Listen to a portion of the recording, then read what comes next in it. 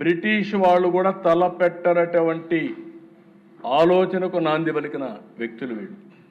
వాళ్ళ కమిట్మెంట్ ఉండొచ్చు, కానీ ఎప్పుడు కూడా మనం అందరం మాట్లాడితే దిశ ఏడుకొండలవాడ వెంకటరమణ గోవిందా గోవిందా, ఇది స్లోగన్. ఏడుకొండలు ఆయన విన్నది మనందరి యొక్క మనోగతమే కాదు, అందరం కూడా అదే స్లోగన్ కింద వెళ్ళాం.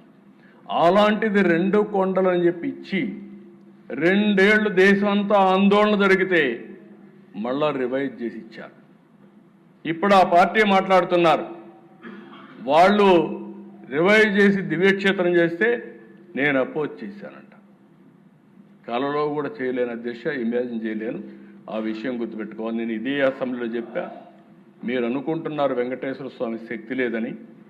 ఎవరైనా ఆయనకు అపచారం తలపెడితే నెక్స్ట్ జన్మ కాదు, ఈ జన్మలోనే మీరు పనిష్మెంట్ తీసుకుంటారనేది నా ప్రగాఢ విశ్వాసం.